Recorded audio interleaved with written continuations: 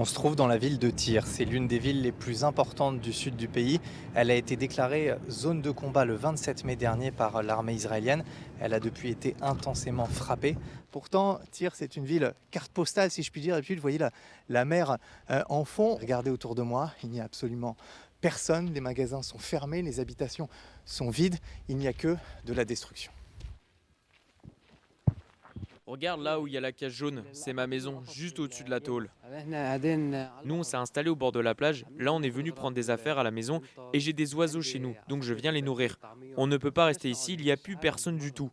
À tout moment, l'armée israélienne peut frapper ici sans prévenir. Par exemple, l'immeuble que tu vois ici qui est complètement détruit, on ne savait pas que Tsahal s'apprêtait à le bombarder.